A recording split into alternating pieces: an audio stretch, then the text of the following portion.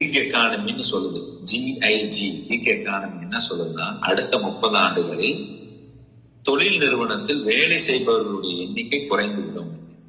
இன்னைக்கு வேலைக்கு போற எண்ணிக்கை குறைந்துடும். முந்தா நாள் ஸ்டேட்மெண்ட் பாத்தீங்களா, ஜோஹோவுடைய CEO ஒரு ஸ்டேட்மெண்ட் கொடுத்தது.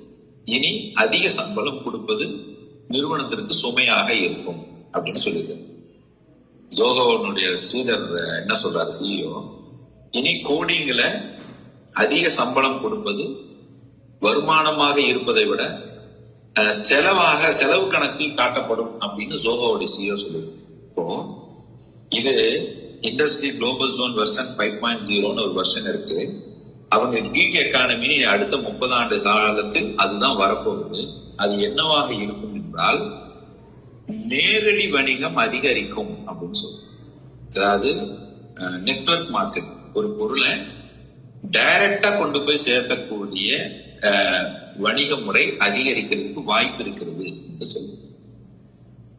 ஒரு பொருள் மக்களிடம் போய் விற்பனை ஆவது என்பது நெட்வொர்க் மார்க்கெட்டிங் மூலியமாக, ரெஃபரன்ஸ் மார்க்கெட்டிங் மூலியமாக, இந்த நேச்சர் ஆஃப் பிசினஸ், இந்த நேச்சர் ஆஃப் மாடல் நான் சொல்றேன்.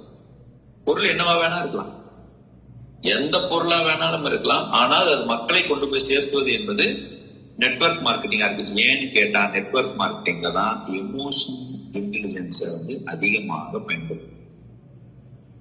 ஒரு மனிதனிடம் சென்று பொருளை விற்பனை செய்வது என்பது உணர்வுகளால் அதிகம் அந்த பொருள் விற்பனை. முதல்ல ஒரு ட்ரெண்ட் இருந்தது, நெட்வொர்க் மார்க்கெட்டிங்லாம் கீழே இருக்கிறவங்களுக்கு லாபம் குறைவா கிடைக்கும், மேல இருக்கிறவங்க மட்டும் அதிகமா சம்பாதிப்பாங்க. இன்னைக்கு அந்த ட்ரெண்ட் இல்லைங்க. கொஞ்சம் கொஞ்சமா அதுக்குண்டான வரைமுறையெல்லாம் வர வர வர வர அது நெறிப்படுத்தப்பட்டு விட்டது. இன்னைக்கு அதுல எல்லாருமே சம்பாதிப்பதற்குண்டான வாய்ப்பு இருக்கு. ப்ரொவைடர் பொருள் நேர்மையான பொருளா இருக்குதா, பொருள் தரமான பொருளா இருக்குதா, மக்களை ஏமாத்தாம செய்யக்கூடிய வாய்ப்பு இருக்கா அப்படிங்கறது தான் இங்க பார்க்கணும். கூட இன்னைக்கு வரும் காலங்களில் நம்ம நிறுவனங்கள், நீங்க ஒரு 50 பேர் 100 பேரை வச்சு தொழில் நடத்துறீங்கன்னா, அந்த வேலையாட்களுடைய எண்ணிக்கை குறைவதற்கு அதிக வாய்ப்பு இருக்குது. Due to artificial intelligence and virtual reality வேலைக்கு வைப்பவர்களுடைய எண்ணிக்கை குறைய வாய்ப்பு இருக்கிறது. பொருள் விற்பவர்களுடைய எண்ணிக்கை அதிகரிக்க வாய்ப்பு இருக்குது. நல்லா கவனிக்கணும். பொருளை உற்பத்தி செய்வர்களுடைய எண்ணிக்கை குறைவதற்கு வாய்ப்பு இருக்குது. பொருளை விற்பவர்களுடைய எண்ணிக்கை அதிகரிக்கும்.